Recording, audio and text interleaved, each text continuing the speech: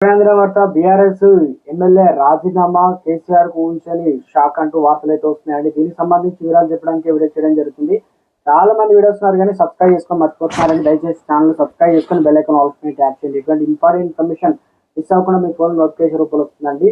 చాలా మంది చూస్తున్నారు కానీ లైక్ చేయడం లేదండి. దయచేసి లైక్ చేయండి, ఇన్ఫర్మేషన్ అందరికీ కూడా తెలుస్తుంది.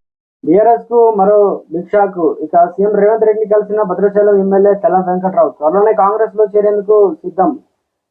ఈ భద్రాచలం నియోజకవర్గ ఎమ్మెల్యే బీఆర్ఎస్ నేత తెల్ల వెంకట్రావు కుటుంబ సమేతంగా ముఖ్యమంత్రి రెడ్డిని కలిశారు. ఇక మంత్రి పొంగులేటి శ్రీనివాస్ రెడ్డితో కలిసి తెల్ల వెంకట్రావు రేవంత్ రెడ్డి వద్దకు వచ్చారు. వెంకట్రావు కాంగ్రెస్ చేరడానికి కొంతకాలం ప్రచారం జరుగుతుంది. బీఆర్ఎస్ నేతలు కేటీఆర్ తో కలిసి మేడిగడ్డ పర్యటనకు వెళ్ళగా తెల్ల వెంకట్రావు మాత్రం వారితో వెళ్ళలేదు. దీంతో వెంకట్రావు పార్టీ మారుతారనే అనుమానాలు బలపడ్డాయి. లోక్సభ ఎన్నికల వేళ రేవంత్ రెడ్డిని ఆయన కలవడంతో ఈ విషయం చర్చనీయాంశంగా మారింది.